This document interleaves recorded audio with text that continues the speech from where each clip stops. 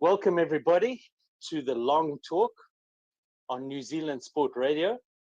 And as our guest today, we've got Dean Kenny, former player for Otago, New Zealand Maori, former radio commentator for the Northland home game, the Mitre 10 Cup. Dean, thanks for joining us. It's my pleasure. And to all the podcast listeners out there, let's go and shoot this thing, eh?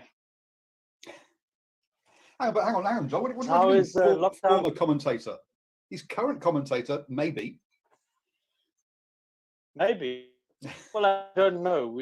I don't know what's happening with the radio commentary. Have you heard anything, mate? Have you heard anything about Dean, whether or not they're going to continue with radio commentary? Well, that's the $6 million question there, John and Paul, only because of the fact that they're trying to organise some sort of Super 15 New Zealand sort of 10-game league or 10-week sort of setup. After that, I'm not too sure, John.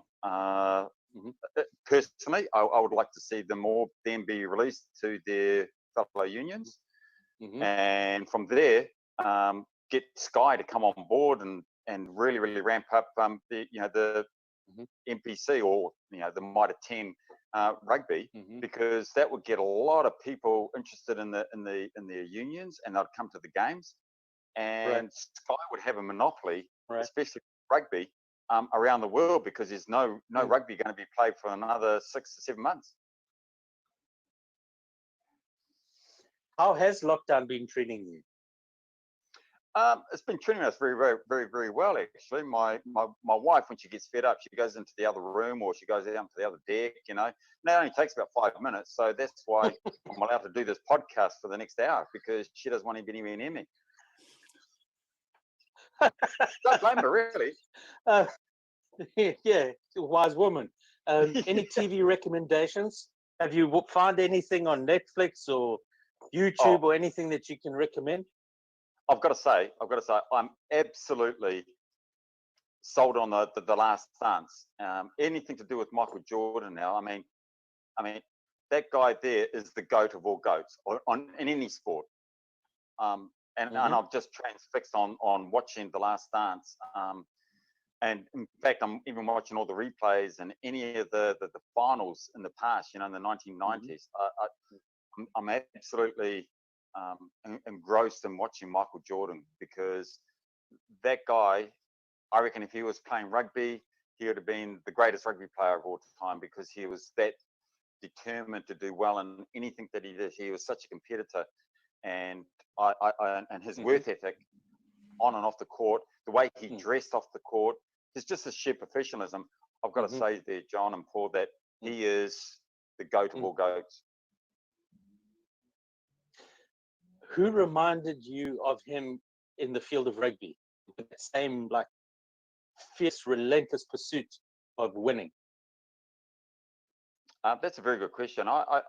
There's quite a few, but I'd have to go back to people like Sir Brian Lahore and Sir Colin Mees, only for the mere fact that they transcended the years so far ahead of their time, and for Brian Lahore to be called up to the third test in the Lions after retiring and saying to his wife, "Hey, I'll catch you on Monday. I'm just going down to Wellington to play the third test against the Lions." It's that sort of thing there that these guys, these great men, actually put rugby on the map for New Zealand, and the way that they played under the Fred Allen era with that great team, I still think that is one of the greatest teams of all time, was the 1967 through to 1970 under Fred Allen. The way that they played and the players that they had, and bearing in mind too, they also had to hold down jobs.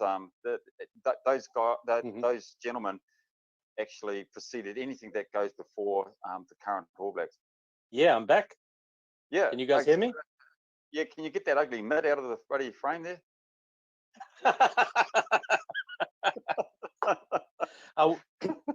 I wish I could say that my opponents on the rugby field have seen this as much as I've seen that, right? Yeah. The thing is, you're supposed to tackle not up above the shoulders. You're supposed to tackle below, so they don't fend you in the face there, John. I heard a very famous NFL player called Deion Sanders is reckoned to be one of the fastest players ever in the NFL. Talk about Deion playing Sanders. against Bo Jackson, who was a legendary multi-sport player, played both Major League Baseball and football in the same era, right? In the That's same when the seasons weren't overlapping. And he spoke about playing him the first time in college, and he said he made a break and Bo Jackson took off. He burst through and he took off, and he was playing safety, and he came across to tackle him. And in his words, and he's no shortage of humility, Prime, which is his nickname. He says, Deion Sanders says, and I came up on him because I can fly, right? He says, as I came up on Bo, blessed me. He just put his head on me and blessed my son, and left me. As he took off with it. I've had that feeling coming off the scrum. The eighth man, come off our mouth.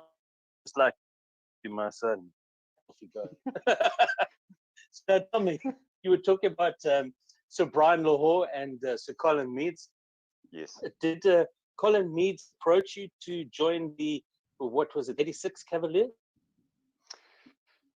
But if you can just cast the mind back, or the listeners, what actually happened in 1985, the All Blacks at the time had, under Andy Hayden and Andy Dalton, had secretly organised this tour. No, sorry, I'll take that back. The New Zealand Rugby Football Union were looking at sending a team over there in 1985. Yes.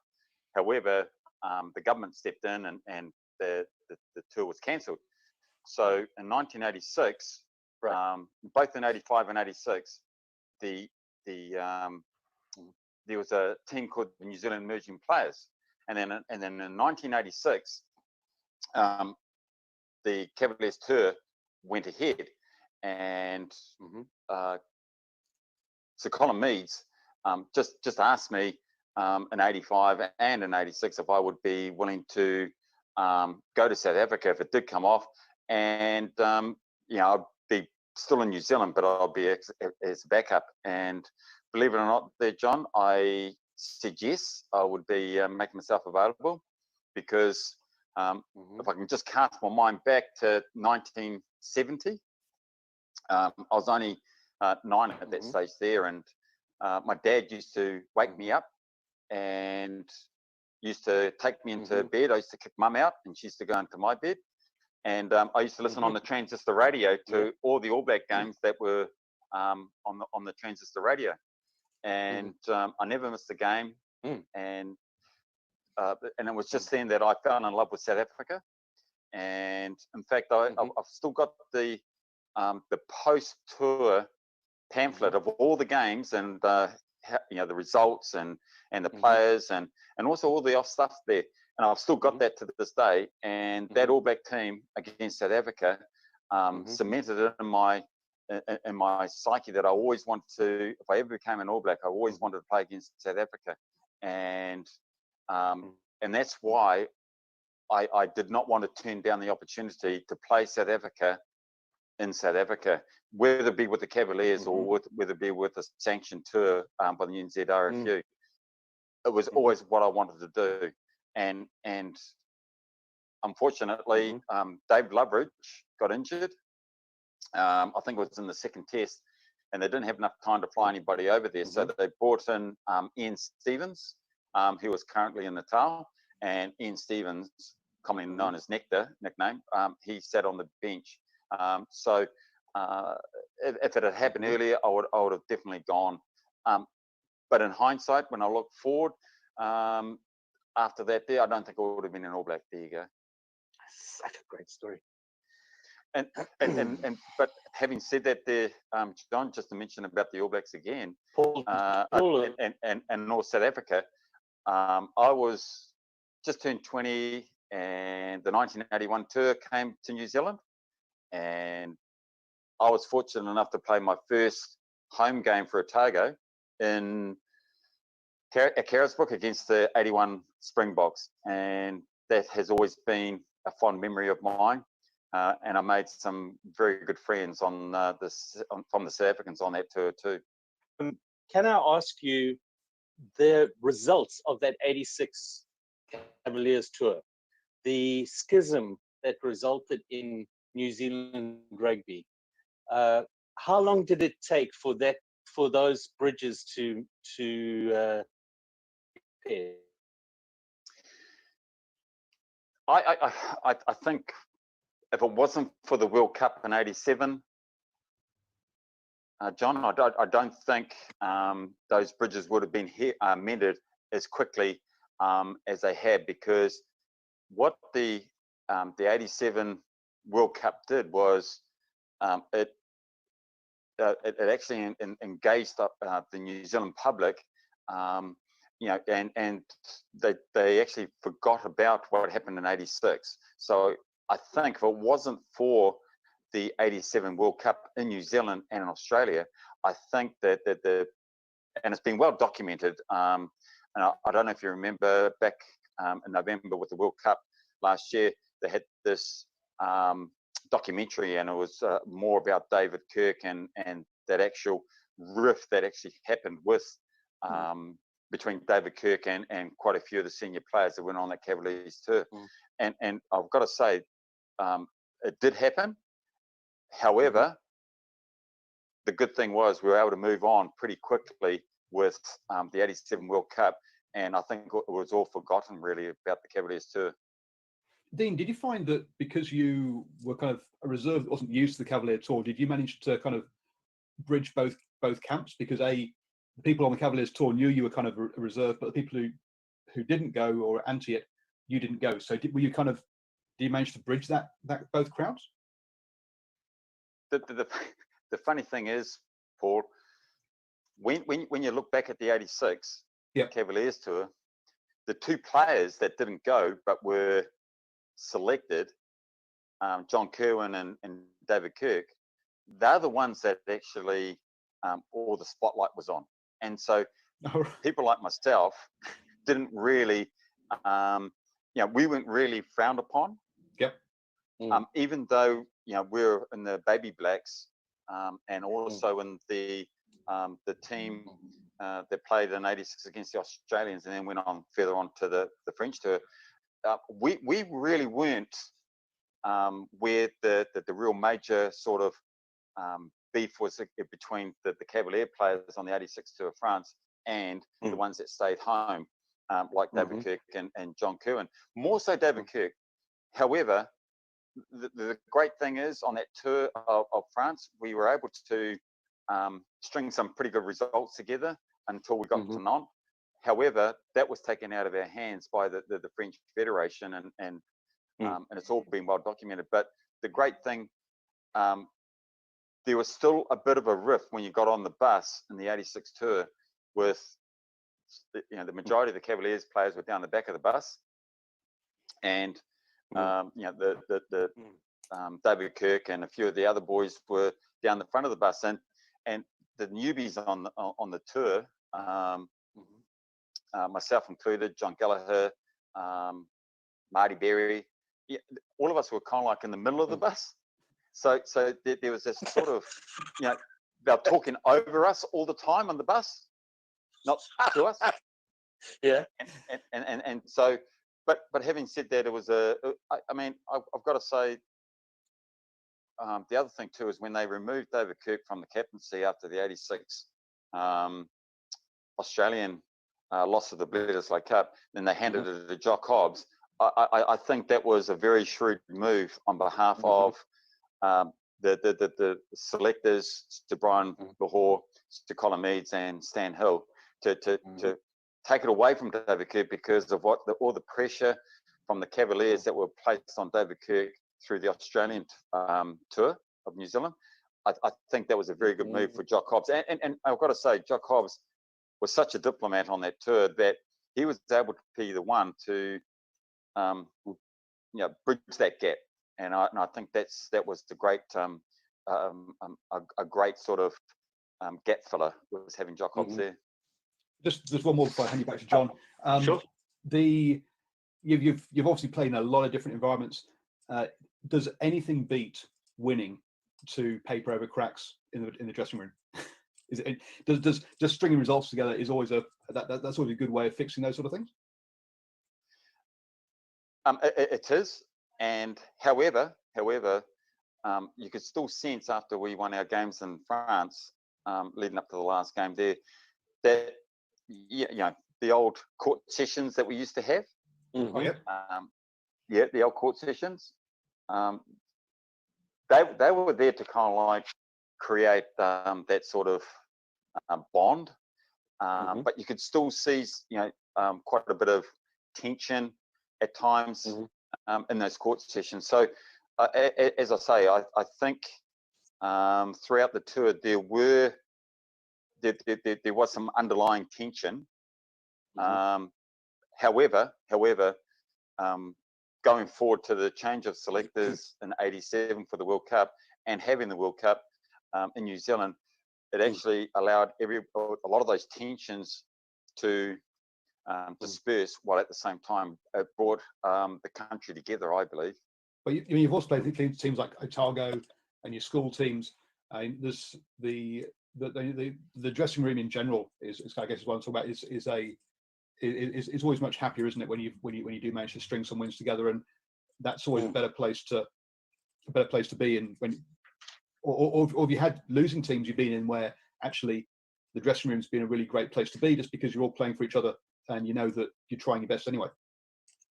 It's funny you should say that, because I was fortunate enough in Palmerston North in the first 15 for those 3 years. We had who I still rate as one of the best coaches I've ever had, and his name was Ian Cahoon, and he he instilled this winning at all costs, but it was more making sure that when you played, or more so when you trained, that everything was precision, and he didn't leave any stone unturned if it meant you had to improve, and he would say, okay, you got to work on this and work on that, and I was fortunate enough, with that great team for 3 years with Palmy boys under Ian, that I was able to kind of like take that with me and try and instill that in how I played, whether it be with Southern down in Dunedin or Otago, or even trial teams or town and country in Otago. Any sort of team that I was with, I really wanted to make sure that my level was not drawn down to the lowest denominator. I was always trying to make sure that I was training as hard as I could and as well as I could, and make those players down here try and aspire to come and play with me. And to that there, I was fortunate enough then at Southern to have Laurie Mains as my coach for Southern, and he was a stickler for he would go into a game and he would know every sort of nuance that the other team had, and he would actually organize or pick the team, and he would create a game plan that would take that. So that Southern team for those 3 years, we went on a 43 game winning streak, and they won 3 premiership championships down there in Dunedin, and then he became coach in 1983. And you got to understand, in 1982, Otago nearly went down. So when Laurie came on, he had to do a whole rebuilding. And the first thing he did was, and you've got to bear in mind, Otago in those days there weren't rated at all. We didn't have any All Blacks. We went just, everybody kind of like laughed at us. And so when we started, when you said about losing, we lost a lot of games, but at the same time, even though the dressing room after the loss was pretty somber, we got together and we were able to kind of like, we didn't shift any blame onto anybody. We accepted it collectively, and I just found Laurie was very good at bringing a nucleus of players together, and with that there, towards the end of the 80s, we became quite formidable. You know, we were always in the top 4 in the so-called NPC then, but what actually got us together, Paul and John, was the camaraderie, was the court sessions. And I know a lot of people frown upon, you know, alcohol and all that sort of stuff there, but that was, you got to understand, we didn't drink throughout the week. The only time that we had a beer was on Saturday night. And so we didn't abuse the drinking sort of privilege.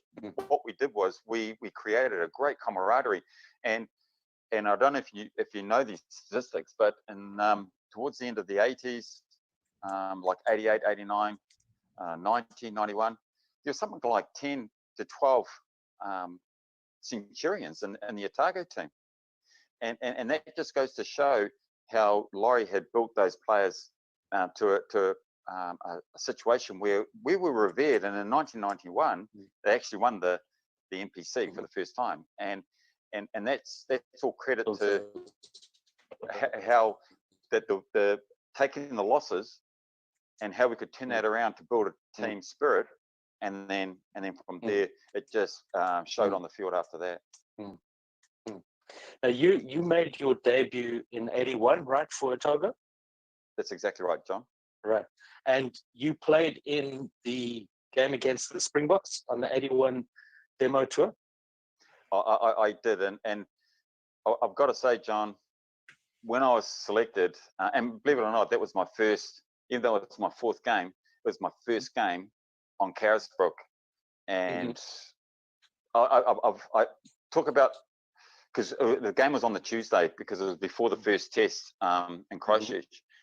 And when I was named in the team, I didn't sleep for 2 days. Because of those memories I was so from nervous. 1970. Excuse me? Because of those memories from 1970, here you're playing against the Springbok. Oh, who I called as an equal to the All Blacks. I've got to say, it's the only nation really that I fell in love with regard to rugby, and to be named in the team to play against the '81 Springboks, regardless of what happened off the field. I'll tell you a funny story about that. As we're going into the tunnel, you know, don't forget, I had my number 1s on, and I had to have another shirt brought in by my dad, who was in the police squads then at the time, because the one I had, I was just sweating buckets, because it was a real shitty day. It was pissing down with rain. The rain was coming in sideways, and it was minus 10 degrees, and I'm loving it. And here's all the Springboks standing in the tunnel, and so I walk in, and the first thing I see is Willie de Vissers and Henny Becker. These are not small individuals. One's 7'10" and the one's 7'11", and so I go up, and I'm absolutely packing myself, and so I nestle in between them, and I look up, and I think I got a crick in my neck actually, because I looked up and I said, "Great day for footy, isn't it, boys?"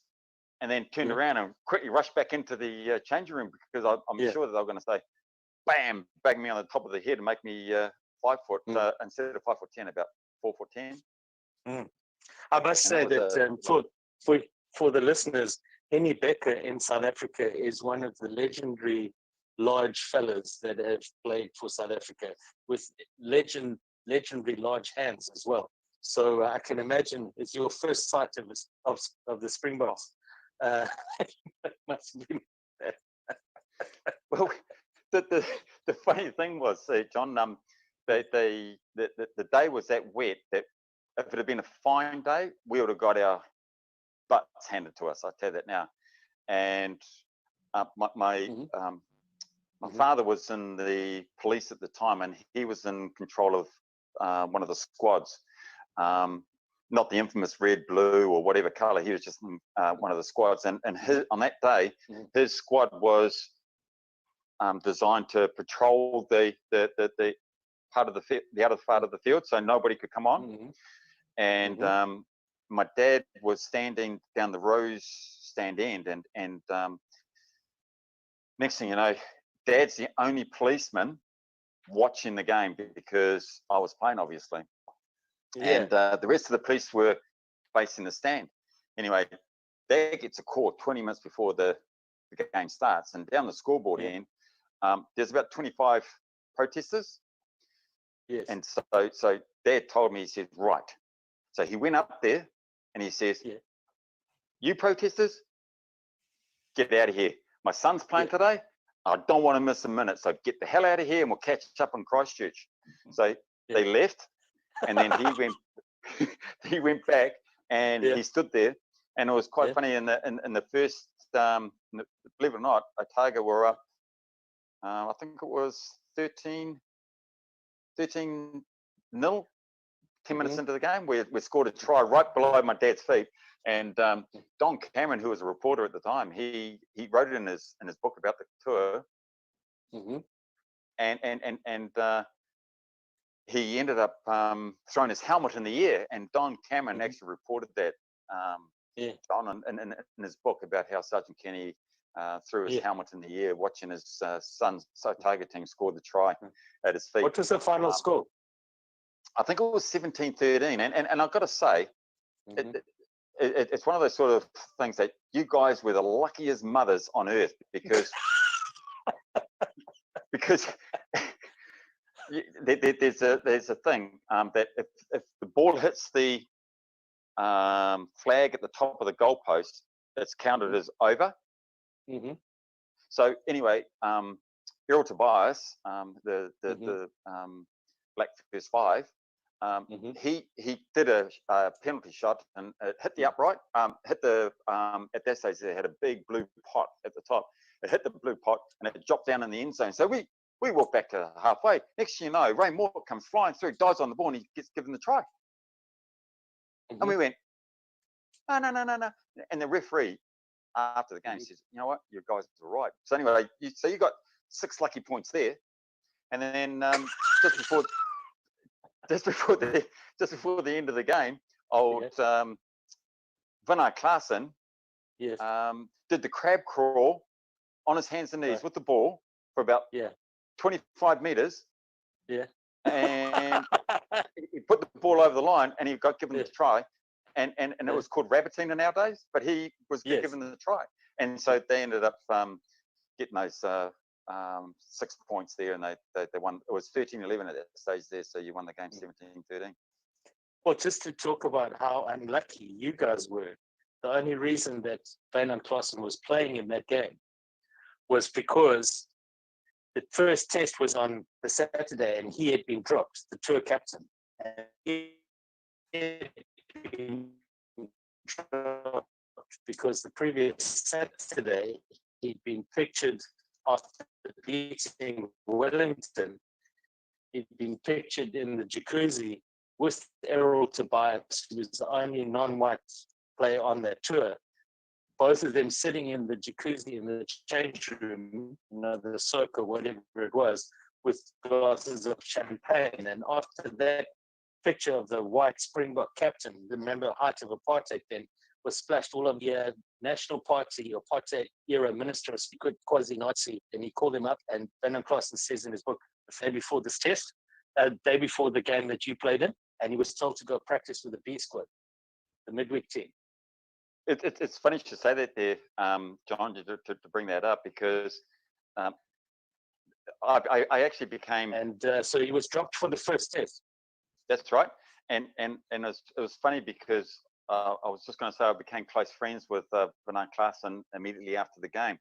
In fact, we were up the top of the Southern Cross Hotel, and the boys had had a pretty rough time on the tour up until then, and they weren't allowed to go out, and they weren't allowed to come have any parties or anything like that, or meet the Kiwis or anybody by that stage there.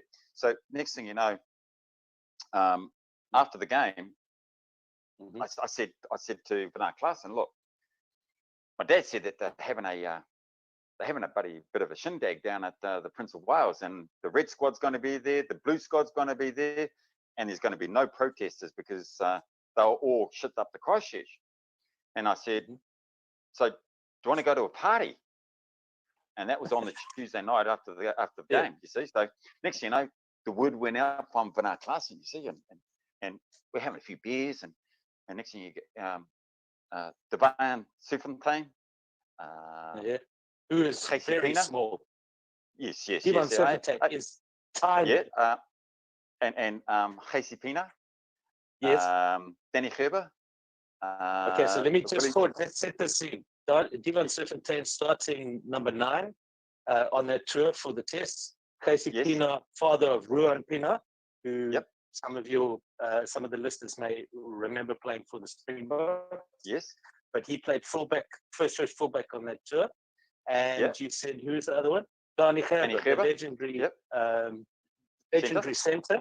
And Willie Duplessis. Billy Duplessis, one of the Duplessis brothers, so he would be playing centre or wing, right? Second 5. Second 5. Okay. Yeah, and then Bernard Klassen. So next thing you know, I'm in the waiters or the services lift, and there are these boys from South Africa in the lift with me, and I've got the thumbs up. Meanwhile, my dad had got the paddy wagon and gone down to because I'd phoned up the nurses' home to see if they wanted to kind of like meet some of the Springboks. and next thing you know, one of the nurses says, "Hell yeah!" So next thing you know, my dad, you're trying to be hospitable. Yeah. Anyway, you know, Dad gets the paddy wagon, goes down there, fetches the nurses, picks up 20 nurses. Next thing you know, we're walking down Princess Street, and there's nobody on the streets, right? And here's these 6 Springboks and myself walking down, and we go into the Prince of Wales, and there's this party humming. And there are these 20 nurses, and then Bernard Klassen and these Springboks lads who are you know, playing clothes, obviously, and next thing you know, around about 11 o'clock, 12 o'clock, I'd had a skin full, so I decided, I'll just leave these boys to it. And anyway, what you said about what happened with Theo Tobias and Bernard Klassen in the pool, the Spa pool. I went up to the first test, and the thing that struck me was, out of those 6 that came with me to the Prince Wales, the only one that didn't play was Bernard Klassen. Yes. And so, as I'm walking to my seat, who should turn up in his civvies? In his number 1s was Bernard Klassen. And I says, "Holy mackerels, mate! I'm sorry if I got you into trouble." And he goes, "You bastard! You left me out in the lurch there. We're all bloody out there on that thing." And then next thing you know, I had to get back to the hotel, and I had to leave all these nurses behind, all this stuff there. And he was the only one. and he was the only one that was dropped out of those 6. And I said to him, "I think there's a little bit more going on than that there." And he couldn't answer that there. But that was one of my everlasting things. And I've got to say, I have an immense respect for that, for those guys on that turf, for what they were put through. But having said that, they're 1 penalty away from drawing the series, and for what they went through, I don't think any other team would have been able to do it apart from that 81 Springbok team. Well, I know this is just a little sidetrack, but the tour itself is quite a pivotal moment in New Zealand history, and many documentaries and books have been written about it. But I would so love to be involved and produce. Anybody here who wants to have another look at that era and do something where we bring in the story from the Springbok side, what actually occurred, and what they were going through, because especially after what happened to Van and Klassen, they felt abandoned by their own union. And those were the days, of course, before email, texts, even faxes, etc. So they had no idea that the people of South Africa were supporting them. They felt that they were under siege in New Zealand and abandoned by their own people. So it was a very, very tough time for them. I'd love to do something we can incorporate what was happening in New Zealand. Yeah, just speaking to some of the Springboks, even though they weren't staying in hotels, the hospitality that was shown by the unions and clubs alike. I mean, there's that great story about, And the nurses, don't forget the nurses. very Especially the accommodating Dunedin- ladies they were. I've got to Dunedin say, they were nurses. very accommodating ladies. Hell yeah. Hell yeah.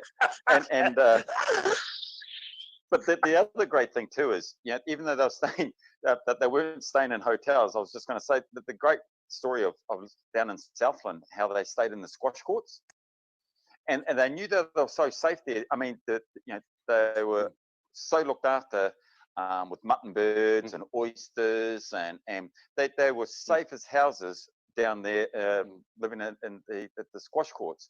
And the hospitality, and the great thing that the tour did, it didn't isolate the Springboks by putting them in hotels. When they went out to the unions, they actually were embraced by a lot of the people, a lot of the locals, and that's why what was purported by the media on TV and all sorts of stuff there, that is so slanted in one direction that, you know, I believe that what the Springboks and how well they played, but also the way that they embraced the locals by being with them. I've got to say, you know, you couldn't help but fall in love with that team. Having said that, there were certain people in that Springbok team that I wouldn't even want to be in the same lift bin, and one was the both the boys, and the other one was the I'm just trying to think of the actual manager of the, who was the white gentleman who was kind of like the coach, or he was the head honcho. Yeah, that's the manager. Yeah, that's the guy who got the phone call and dropped Van Klaassen. I forget his name, but the manager. Well, good. I'm pleased you did. The manager is Johan Klaassen. Nelly Johan Klaassen was the coach. Nelly Smith was from the Free State. Nelly Smith was still coaching into the 2000s. He was coaching Free States in the Currie Cup. So legendary figure, but it wasn't Nelly Smith who dropped him. It was the manager that dropped Klaassen. And he was a nasty piece of work, that guy. And you could sense that. And in that first test, they actually named Darius Botha on the wing, and that didn't go too well with the rest of the players, because you know, he knew that the manager and Nas Botha had colluded and picking Darius, and that didn't sit too well. But you take those three out of the tour, I've got to say, you had Moolman in there. You had Fifi van der Merwe. That I'll tell you a funny story about Fifi van der Merwe. In fact, it's still imprinted in the Karasburg ground. He come running up he got a tap, and he come running up the field with the ball, and the late Kenny Bloxham went around the ankles and tackled him. And this guy went up in the air, and he came down, and he left this crater in the ground. He was that big. He was something like 18, 19 stone. He was a monster. And he left this big crater in the pitch. I think it's still there, actually. So looking at looking at the stats on Wikipedia, he's 130 kgs. No, that's wrong. No, I'm sorry. I can correct that. He is the heaviest player to ever play for the Springboks, and in one test he weighed between 145 and 150 kilograms. So I remember that test when they listed him when he came out. He was playing tight head, and when he came out, imagine propping against somebody who's 145 kgs plus. He's absolute monster. How about Ray O'Connell, the Otago loose head, and he was tight head, and Ray was 15 stone piss wet through. So I mean, give people an idea. I mean, obviously nowadays players are much bigger and things. To give an idea, he's rated at 130. John said he was bigger than that. The next biggest player is a lock at 113. I mean, he's 17 kgs heavier than anybody else on that team. Yeah, monster. So he's absolute giant of a man. Now, we have to touch something. I cannot have any kind of journalistic integrity if I do not ask you about the Battle of Nantes. Mm-hmm. Right? So, to lay the scene for some of the millennials, one of the most famous test matches in the history of the All Blacks, the final test. It was the final test, right, on that tour? It was the second test, yeah. Second test against the French. And the French decided, Buck Shelford, legendary figure in All Black rugby, the French decided that if they don't win the test, they're going to win the fight.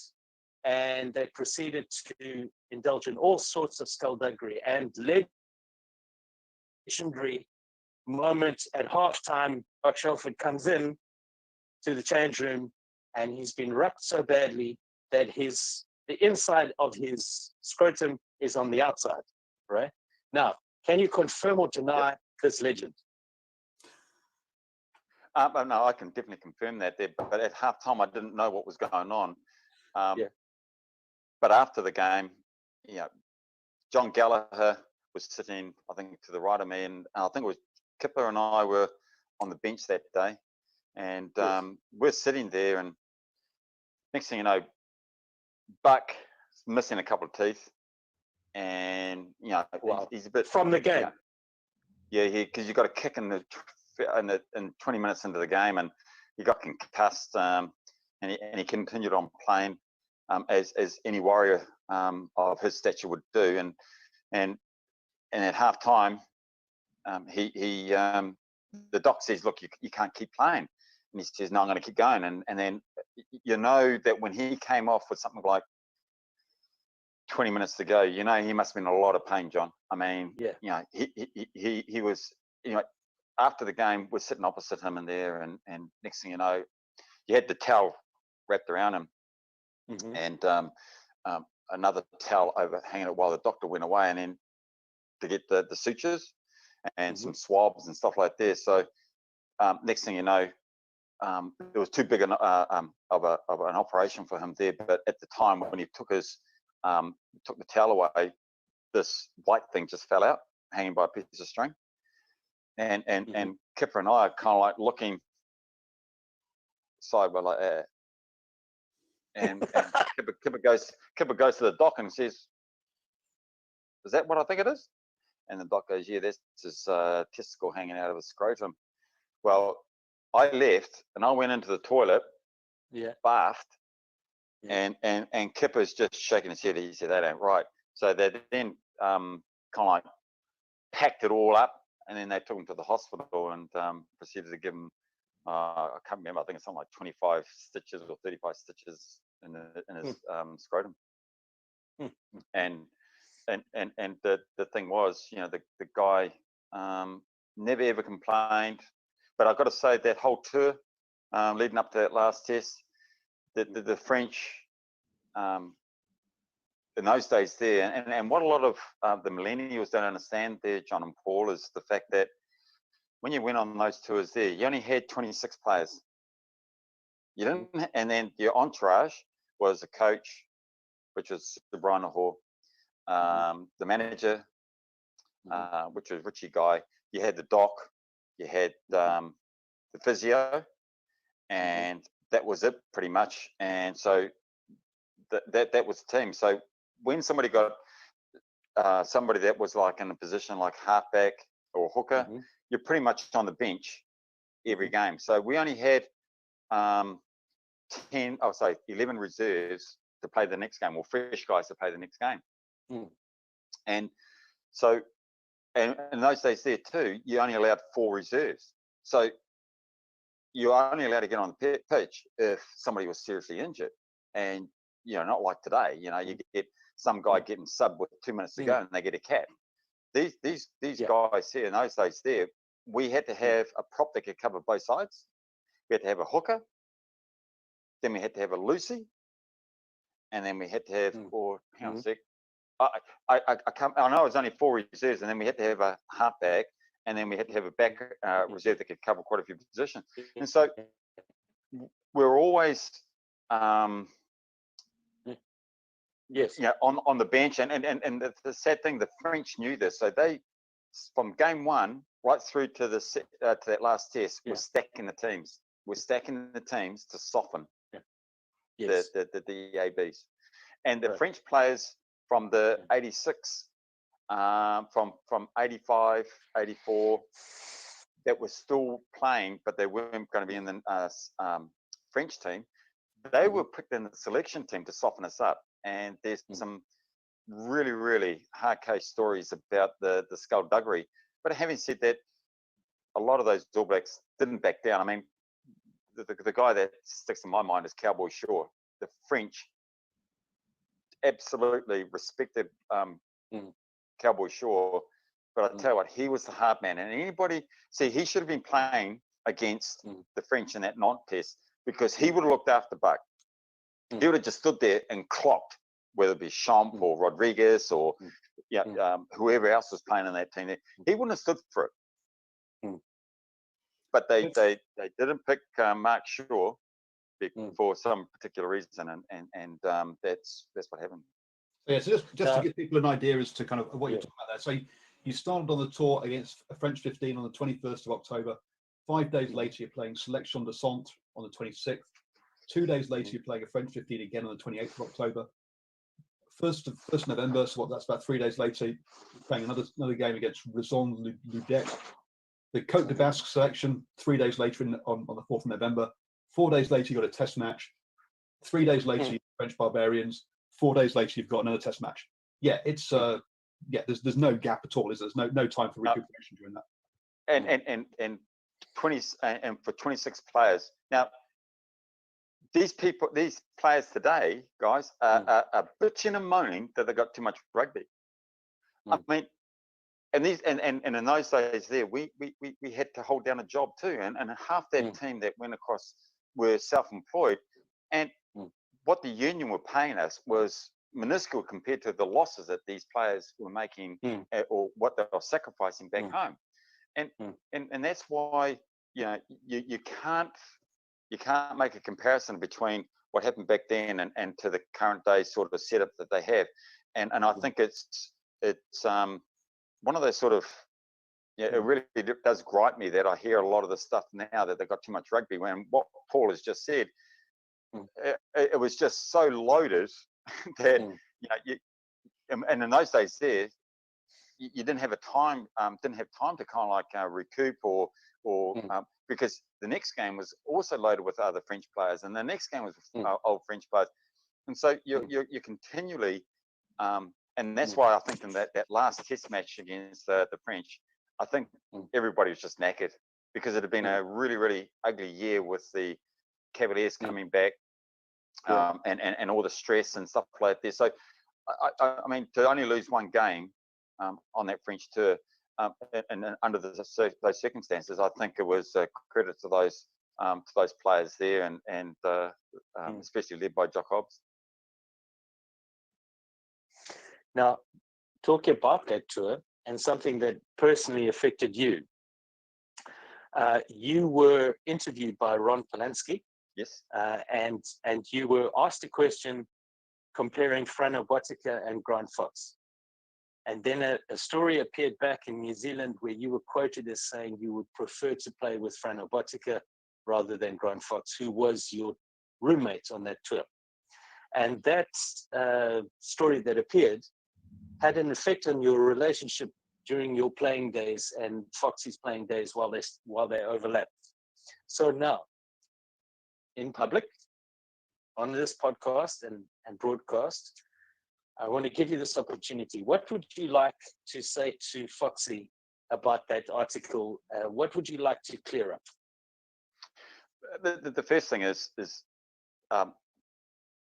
I just like to kind of go through the interview, how it all happened. I'm just sitting there in the cafe, and the reporter sits down there, and then he starts asking some questions and stuff like that. And then he says, I'd like to ask you a question about the first fives on who you would prefer to play with.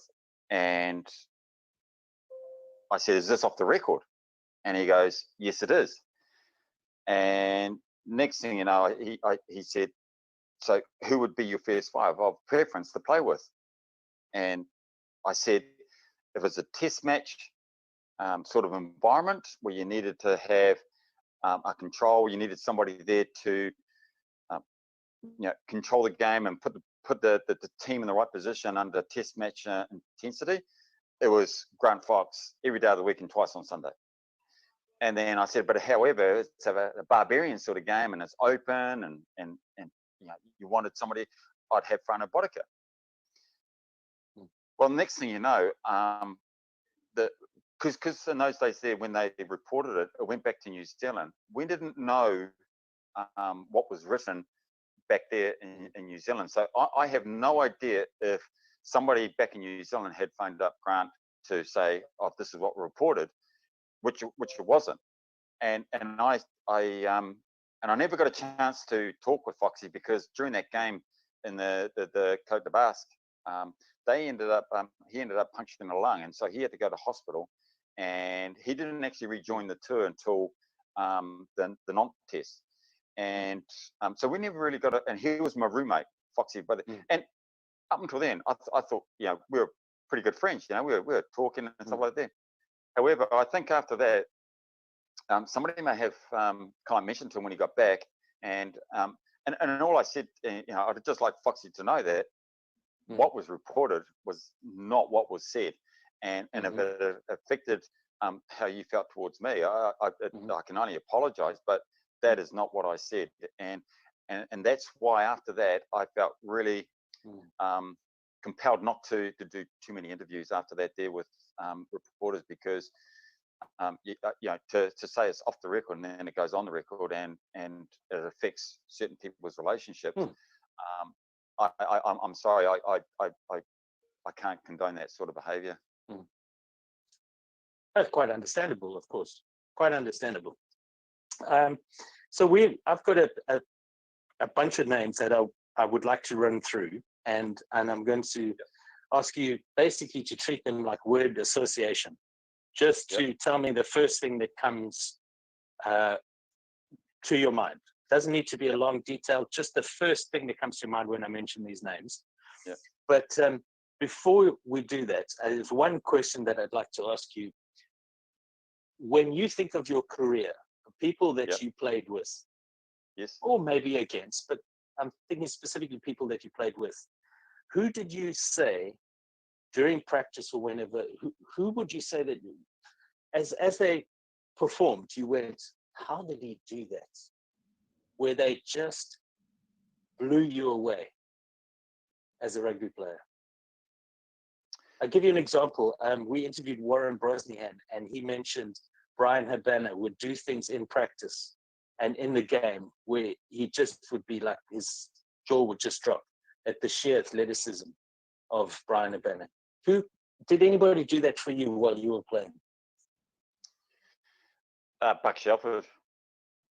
Really? I mean, the Buck Shelford wasn't only an amazing athlete as a player. I mean, the way that he personified himself on the pitch, he was larger than life, and if anybody needed to kind of be at the coalface and lead the team or have to do something. I mean, I've seen pictures of him, just like Colin Meads. There's another one too, where you can run with the ball in one hand and swap people, and and the way that Buck Shelford could actually make some amazing big tackles and just the way that he led the team, just by his sheer presence on the field. I've got to say. And he was such a professional at training too. He'd like to joke around and have fun and stuff like that. But when it came to rugby and more so Māoridom as well, he actually changed the face of the haka to the point where it ain't a joke anymore, boys. You either want to do it or you don't. And the way he led it, and everybody got him behind it, and they made sure that when they did the haka, it was like Buck. You know, the basketball player says, "I want to be like Mike." Well, I would like to have been like Buck. You know, and He like Buck. I want to be. Oh yeah, I want to be like Buck, not Mike. Buck. Nice.